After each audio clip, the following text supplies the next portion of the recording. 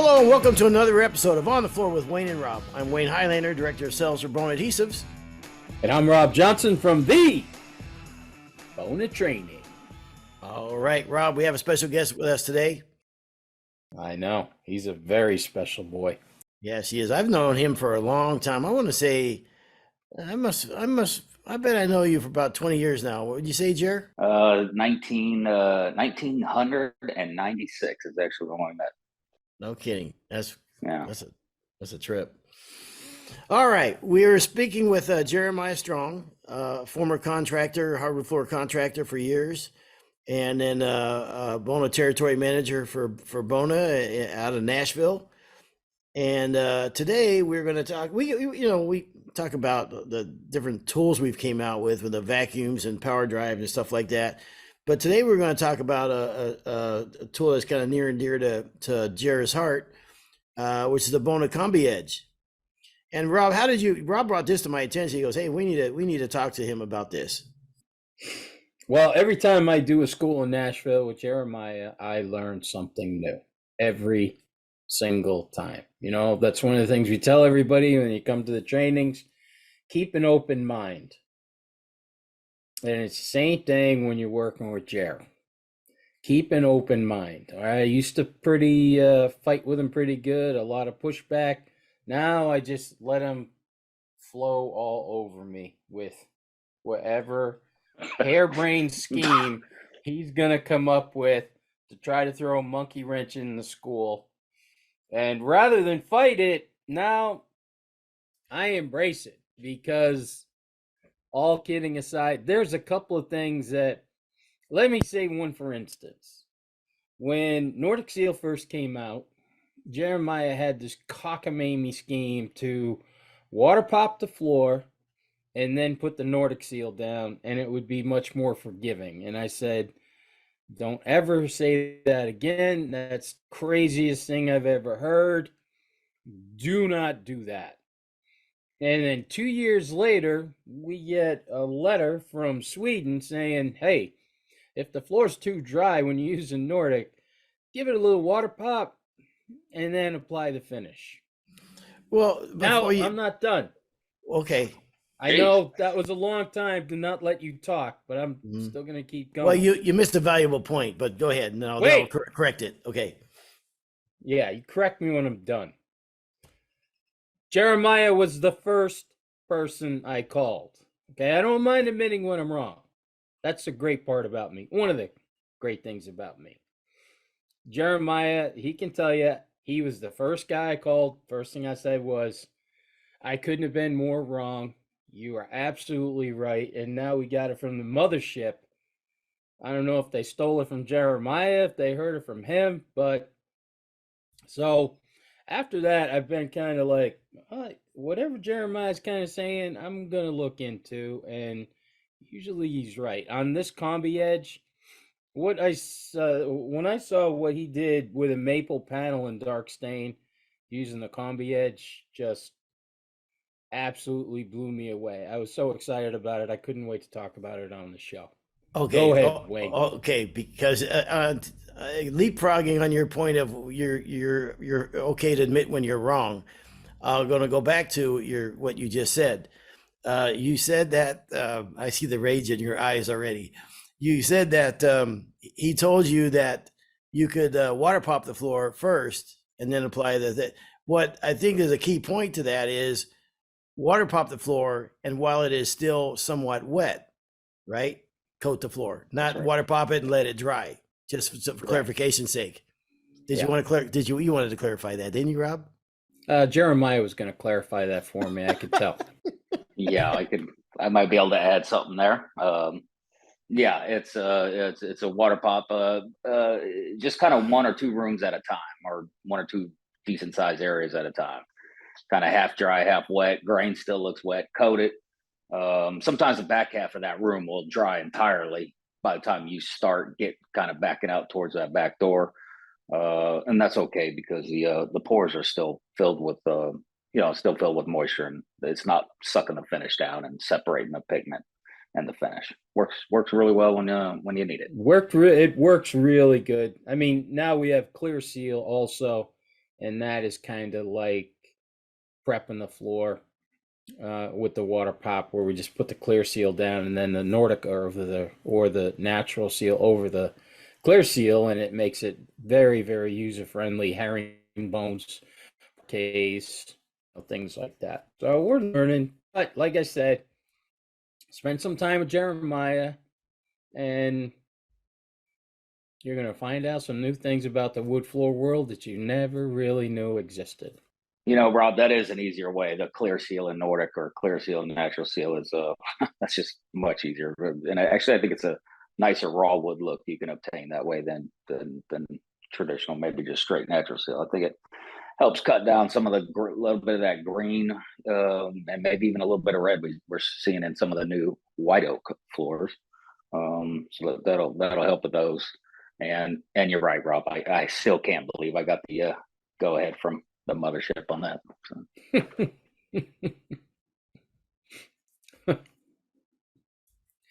So let's talk about your newest adventure with the CombiEdge. Here's the other thing about this. I walked in the door the day before we were going to start this class. He came running up to me like a kid in Christmas, like, wait till I have got something to show you.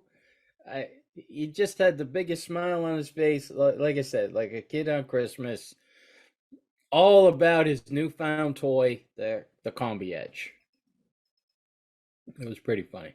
That is one little edger that I didn't talk about for the first 5 or 6 years. I probably didn't demo it much whatsoever, talk about it. I'm used to the typical other types of edgers we all know and are familiar with. You know, speed is king, power. But with this thing, it's I'm not going to say it's the speed and it's not the power. And it is absolutely turned into, well, I'll say in the last 2 weeks, hands down, turned into my favorite edger of all time. Now, and why is that, Jer? I was hoping you would ask that, Wayne.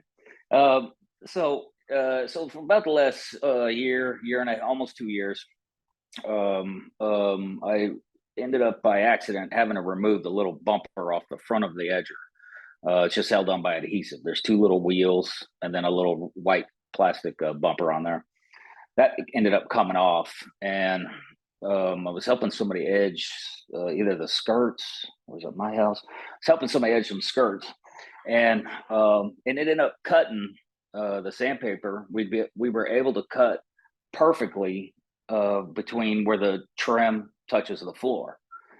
So then I kind of thought that was interesting. So we played around with a few different sandpapers, and then went on to like some, baseboard scribe down to tight to the floor, or some base shoe down to the floor, and able to cut right to it without leaving any sort of line in trim whatsoever. So that got me going and started showing that off more, and got a couple guys to buy into the edger just for that reason, that, hey, you can cut to trim work and not have a cut line or a dark line or anything like that. I mean, it literally cuts perfectly to the floor where the floor meets the trim. I've never seen an edger do that. Yeah, that's nice. Yeah, it's real nice. That's a big one. And even this past class that Rob mentioned about that maple in the back, we put down a piece of American walnut, and held that down like it was a piece of baseboard, and edged 3/4 solid maple flooring. It hadn't been edged. One wall hasn't been edged yet, so it's new. And we were able to cut that flat right to the American walnut, pick the American walnut up, and look, 2 inches from your face, you can't see a line. And that's some soft material. And then in the last 2 weeks, also discovered using the a combination of the Bona nets, the new abrasive we have. You can actually use that with a small interface pad, 6-inch interface pad. You can use a Bona net as your final edging / orbital type step. It won't leave an edger mark. The stain, any kind of stain, water pop stain, it's a perfect blend of the field and the wall, no edger mark. So basically, I'm now telling guys you can skip orbital type work, which I'm saying you could skip an entire step. The edger is faster than orbital, way faster, and it'll be a perfect blend. And of course, no dust with this type of edger. This is turning into a monster little edger, and I'm telling you, it took me some getting used to because it's not the most aggressive. So you cut out the scraping, using a scraper up against the baseboard to pick up that last 1/8 inch, and then you're not having to use the oscillating sander. And what grid did you finish off with? Was it Bona net sandpaper? Yeah, so we did one oak a few weeks back. We did oak floors with the contractor around Nashville. So we finished with 100 grit Bona nets on the power drive after using 60 grit green on the power drive, both weights. Jumped to the 100 grit nets, no scratches whatsoever. And then 100 grit on the CombiEdge, 1/4 inch pad, and went a pretty dark, like medium brown Jacobian stain. Or is it Jacobian or is it Jacobino? Yeah. Never got that one. Tomato. So let me get this straight too. So you finished, you went with 60 green on the power drive, and then you finished, then after the 60 green, you went to 100 grit net? 100 grit net. And the 100 grit net took out the 60 grit green scratches? Every single one of them. I couldn't find one little J hook. Wow. Were you using the ceramic or the A-locks? So because we went 60 grit green, that's an aggressive scratch. It's a big scratch. Definitely went to ceramic. Okay. Did you water pop before you stain that job? We water popped that one, correct? Yeah. Okay. Yeah. Wow. And even water pop with the power drive, and you know, in the past with sandpapers, you might find some few little hooks here and there. Mm-hmm. You know, we all see maybe a few here and there, but this one, I couldn't believe there's nothing left. Those things are shocking me. So, Wow, nice. Couple more things on the CombiEdge. It does come with a couple of different noses also. Also comes, so you got a radiator attachment. So now you can do dust-free sanding or dust containment sanding with a radiator under the big radiator. So it comes with that long nose. It comes with a shorter nose for toe kicks. And it also comes with a cool little skid plate that you can snap onto the two wheels. So now when you're edging stairs, you know how when you were edging stairs before, your wheel would fall off and you get all cockeyed? Excuse me, that skid plate keeps everything on nice and level. So it comes in a nice, really nice carry box with a handle so you can kind of wheel it around like luggage. But it's a good place where you can store all of your attachments for it so you can keep track of everything. And it just is like Jeremiah was saying, it's just a one-shop deal now with that edger. now I have like 5. It was selling about 5 CombiEdges from just the school last week, and people seeing it. And on that maple panel, we ended up going. We ended up going 80. No, we went 60 green around the perimeter with the edger, 60 grit green on the edger, and then we jumped to 120.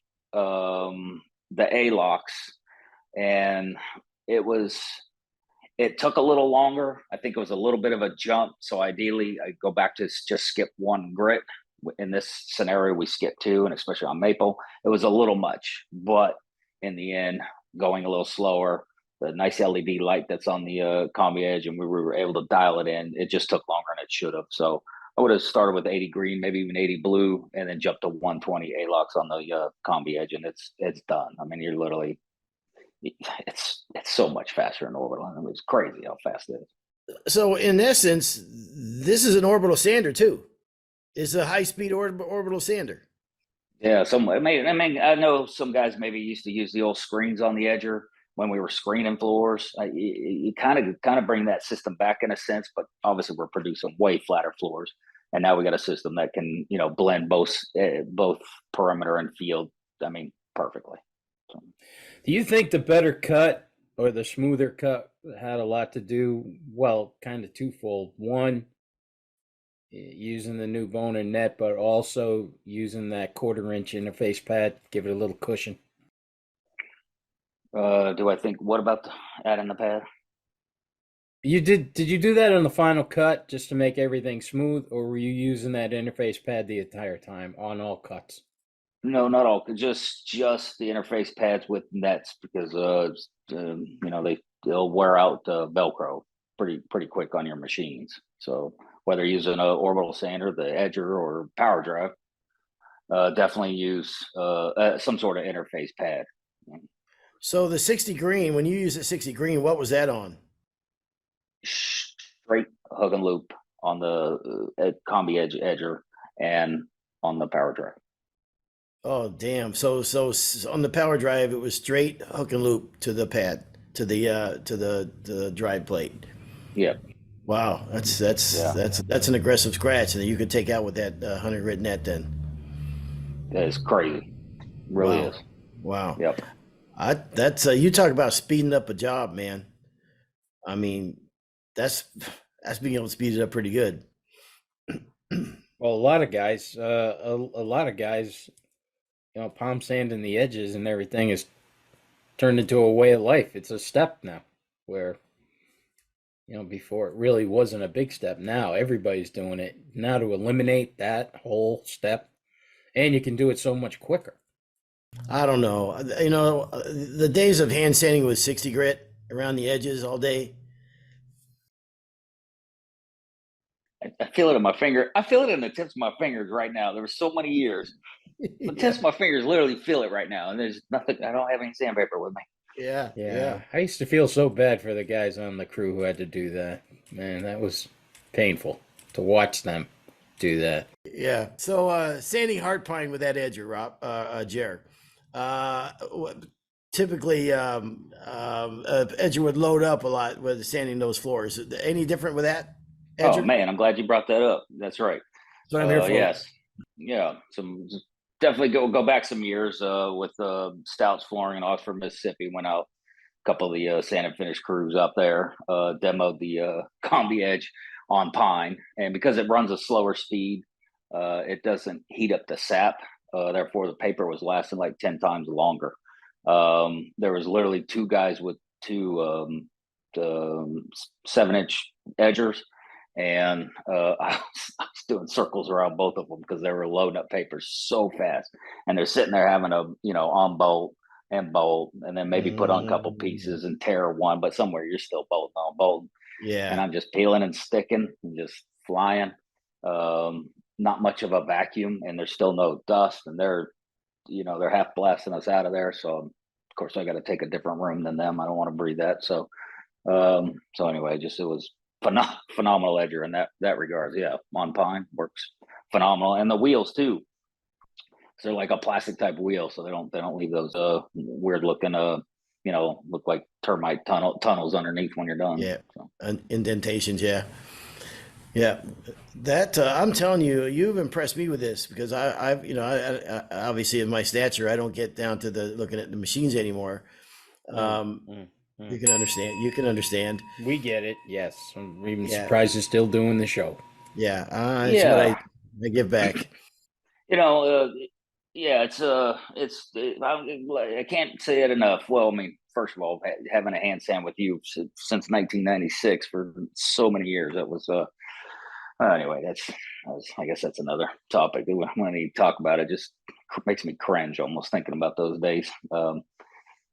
Oh man. So it's been a rough 28 years since then. Man, that was a lot. But at the time, listen, that was the technology at the time. Yeah. These hands. Look at these hands, by God. What I look was able at you. To create. Look what I was able to create with these hands. I gotta say, you had me thoroughly convinced it's the only way you can do floor. So when somebody said, "Hey, we use an orbital around the perimeter," you must be doing things wrong. You have to be. It's not the way we do it, and it's the way so that can't be right. I mean, my God, it can't be that easy. Just go around the perimeter, make everything blend. You got to fold that paper up 3 times, make sure it's sharp, You're using both hands, so that way they're at least 8 out of 10 fingers are definitely touching that paper and getting shredded. So, What are you, one of those electricity users? We right? don't use electricity around here. No, we use our hands. Cost the PG&E, man. What if electricity goes out? Ain't that the truth? So now Wayne, you're just like a guy on one of Pauline's shows. Oh man, it's a show where they go in and people that live off the grid. You know that show? I've seen several of them like that. Yeah. There's a show where there's a family that goes around and people who decide to go live off the grid. Yeah. And then they're every time they go to this people's house who's living off the grid, but they're not doing it right. These people are like on death's door. They have no water. They have no food. Yeah. I mean, bugs and everything. And then this guy comes in and him and his 2 kids just fix everything. But that's his big go-to is like, you want to know why I'm good at this? Right here. Look at those. Look at those hands. Okay. That's what, now I've seen you do it. Yeah, living off the grid is an absolute dream of mine. I would love to be just totally self-sufficient. So okay, nothing wrong with that idea. And we go down a whole rabbit hole. So I'll find out what the name of the show is and I'll text it to you. You will not want to live off the grid when you see how most of these people end up. No. Yeah. I mean, the people aren't shaving. I mean, there's no air conditioning. I mean, come on. Well, it's like there's no running water. It's not even there's no running water. Sometimes there's no water.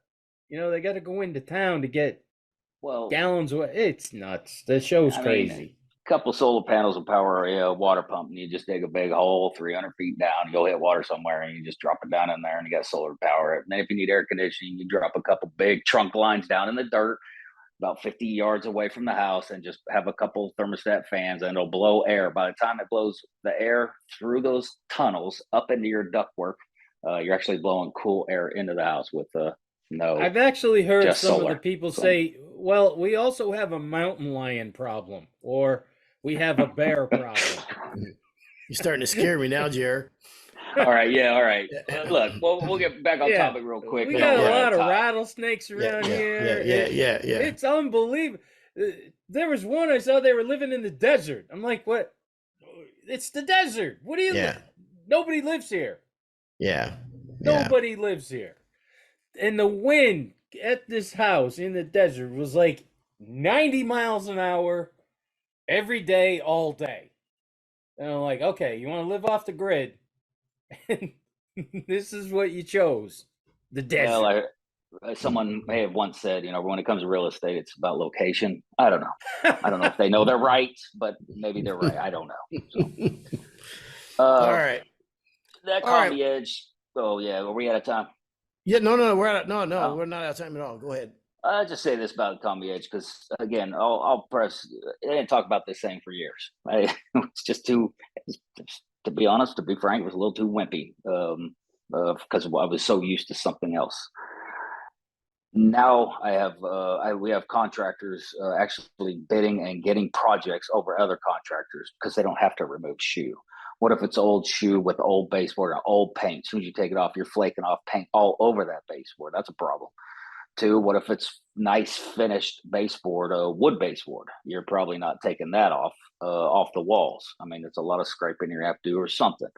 We're doing the edger is solving a lot of problems, maybe saving some homeowners some money and getting guys projects. You set that little edger up because the way it runs, I still have my old edger dolly. Pretty much just lay down, put some headphones on, just edge right up to walls or base shoe and just cruise right down and around. Stick the net on there. I don't have to run around with the orbital. Again, I'm just rolling around on my edger dolly. I feel pretty good at the end of the day. I got to be honest with you. Mm-hmm. Man, what a difference, Jared, from where we came from. Back in those days, man, I mean, you on the big jobs out in Livermore and out in the hot temperature and hand sanding all day long and sweating all day long and bent over an edger. Now look where we've come from in the industry. It's a night and day, man. People get in the industry right now. The technology that's available to them is crazy. So Great time to get in the trade, man. If you're a young kid, with a lot of the kinks got worked out in the old day. Remember the manual nailers and all those different type of things. It's a different world now. So good stuff. Hey, I got the name of that TV show. Okay, gosh, so you came back. Okay. Yeah. Yeah, I had to leave for a while. Mhm. It's called Homestead Rescue. Thanks for that, Rob. Anyhow, so thanks, guys. No. Show us your hands again, Wayne. Yeah, don't you worry about that. You're the guy. Yeah. That's what the guy. Look at these hands. Is that right? Look at that. Yeah. Homestead Rescue. I'll check it out Homestead Rescue. from my comfort of my couch and my air condition. All right. Anything else to add to that, Jeremiah? Well, anything you're seeing in the territory? Anything new out there you want to? Since you won't get time to check in with you that often. Yeah, it's I got to say that little edger right now is it's the hottest thing going for me. Again, I'm getting in multiple multiple contractors' hands, and they're immediately buying it, and there's a reason for it. It is something else once you finally use it and get familiar with it. You know, obviously some other products. We got so many new products along with the Bona nets. You know, with the Twin Year Traffic Go and the new vacuum and clear seal and especially the chroma water-based waterborne food coloring. Hey, Jeremiah, that almost rolled right out. How excited were the students about the chroma? We did the chroma demo, and a lot of times you do a demo or whatever, and then everybody wants to move on. This was one of the craziest things I ever saw. We did the chroma demo, and almost everybody in the class wanted to do a section of chroma. At one point, I looked over, and we had so many people doing chroma. One guy was painting it on while the other guy was walking in the area that he was rolling it on. And I was like, oh my God, this is going to be a freaking disaster, And we had some carpet guys in there, new to the business and everything. And I literally looked and we're like, hey, don't walk in that. He just rolled the chroma in that area. Don't walk on that. And they're looking at it. It's like, yeah, right. Well, we're walking in it type of a thing. And of course, Jeremiah's RTC compared to everybody else's is always an advanced to an expert sanding school, no matter who you are, because there's no straight lay. Jeremiah just has something against straight lay. And there was all sorts of different herringbones and parquets and pattern type floors. And Robbie, Jeremiah, and myself, Danny and Nathan also, we're all staring at each other like, what the hell is this going to look like between all the different crazy patterns and everybody using chroma for the first time? And it was stunning. I mean, the next day after we coated it and everything, we came back the next day and we walked it before the students got there. I mean, we were all just blown away how they did and how good it looked and how easy it really was once you follow the directions. Rob, at one point, I think I was facing one way, you're facing another, Nathan facing another, and all I hear is Robbie go, hey, why are we coating that sideways? They're putting down chroma sideways with I think it was caramel or caramel. That's another one of those words. Which one is it? So they're doing caramel color and rolling it on sideways. There was not one. Why are you guys going against the grain? We didn't catch that. It still worked. And it worked awesome. On a serious note, and it's actually, I sent you the link to it today or yesterday, Rob. It's pretty sad. It was a contractor up in Oregon, stain rags, spontaneous combustion, did $1.5 million damage to a house. Yeah. And it's, I saw that you sent to me. It's very, very sad to see that. Was anybody hurt? I didn't read it. Was anybody hurt in that fire? I didn't hear that anybody was hurt. I hope to God that there was nobody hurt. That would have been the worst, the worst of it. But I mean, I can't even imagine. I can't imagine driving up to the job the next day and seeing that and having a part of it. So yeah, scary stuff, man. The industry evolves, and when the industry evolves and there's newer technology available to all of us and newer products out there, I mean, it behooves us all to maybe take a look at them and make our lives easier. And that's what it's all about. You know, making as much money as we can, make our life easier on your body. You only get this one body to get through this whole world. So yep, and even the chair for edging. And let me ask you this, Jared, while I got you here, because I've never edged with a chair. I thought they were for ladies. Yeah. But now I see guys doing it, and because you were old school too. Now you're using one of those chairs when you edge, and give me your thoughts on that. I think that's something that maybe is not pushed enough out there in the industry. That thing works unbelievably well. I mean, it really takes the pressure off your back and knees. And I think if anybody edging, I think when it comes to the flow glue standing up, the power drive standing up, now an edger where you can kind of just take the pressure off your knees and back, you'll appeal to guys that are young, a younger generation of guys that maybe don't want to work as hard as some of us used to. You'll prolong people's careers. You'll appeal to some of us who've been doing floors a long time, just by cruising around on that. Which one are you using? Is there a model or a maker or a manufacturer that makes it? I think Edger Dolly out of a place out of New York. Can't remember that name. Okay. Very interesting. I'm open-minded, man. I mean, I love to see that anything that helps the body, man. We said before, if you can use some of this stuff, if you're back in the old day when all you had against the world is the big machine, the buffer, and the edger, which can it cripples us. I mean, it does over time. You look at any of you guys been in the trade for a long period of time. Now you can stand up to your point with the power drive. You have the edger. You can use one of those dollies. You can have the stand-up trowel. There's so much different technology, and maybe that can give you 5 more years in your career, 5 more years to that retirement. You look what that can do financially for yourself and your family, and not to mention the speed.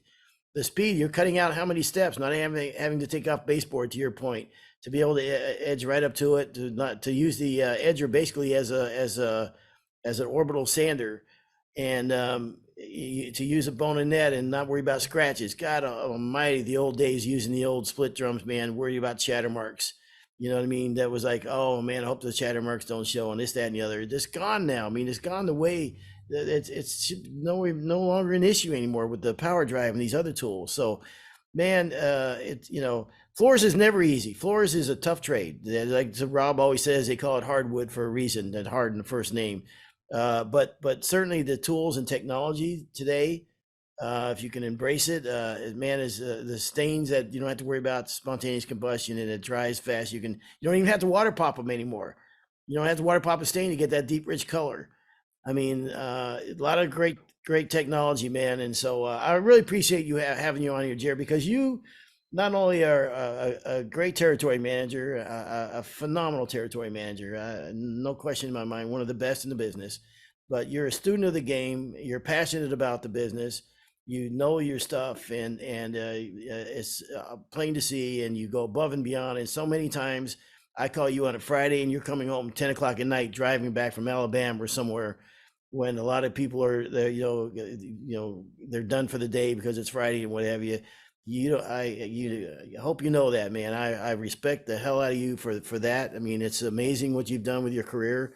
And so thank you for being on, and congrats for all your success. Well, it's a lot of kind words there, Wayne. Thank you very much, man. So that's a lot said. Yeah, well deserved. All right, this has been another episode. Thank you. Oh, wait a minute. Not yet. He's awake. We just want to. Yeah, I can barely get a word in edgewise. Sorry. We just want to apologize to all you ladies and women out there listening. I don't think Wayne meant anything by that remark. I'm pretty sure he doesn't. But, on behalf of the On the Floor crew here, we just like to throw out an apology to the ladies. We know you work just as hard as the men, if not harder. So, thanks for listening. There is no bigger advocate. You made a shot at the girl. Oh, I thought that was for women. No, Bing. listen, it's. All right, go ahead. I'm not gonna even weasel your way out of this one. No, I don't have to. Everybody knows I'm the biggest advocate there is for women in this trade. We need more of them, much more of them. We did. Anyhow, get out of here. All right, I gotta go. I'll say one more thing real quick too, editor or not, Chris. But so that's, I think with the edger dolly, Wayne. I think we can. I think next school you got to be there, and we're going to get you on the edger. Number one. Okay. I've seen that knee of yours, and ouch. I don't know who put that thing in there, but something don't look right to me, buddy. I don't know about you. It's The Frankenstein. Knees R Us clinic wasn't really the best choice to do the knee repair. So yeah, that edge dolly and get you back in there, Wayne. And the reason I want to get you back in there, Wayne, is we got is what Rob knows, and I think Rob took to this pretty well. That 400 square feet we have now of maple floors in the back half of the RT training center. It has no air conditioning, Wayne, and so so when you fire up machines and vacuums and a lot of people just standing around and breathing, it gets to be extremely hot. And when you got a heat wave like we have in June, now I realize I've got to have these schools in like June and July in Nashville, because that back half, I take the top guys, the most experienced guys. We go back there, and that is completely all special forces training. Special forces training. That's what it was. Yep. If you can't hang back there, I've got a bell. You put down your helmet, you ring the bell 3 times, and you walk on out of there. Okay. Well, just let me know when your next school there is, and I'll make sure that I'm not available. Okay. This has been another episode of On the Floor with Wayne and Rob, and our special guest, Jeremiah Strong. Thank you for listening, and please stay tuned for another episode.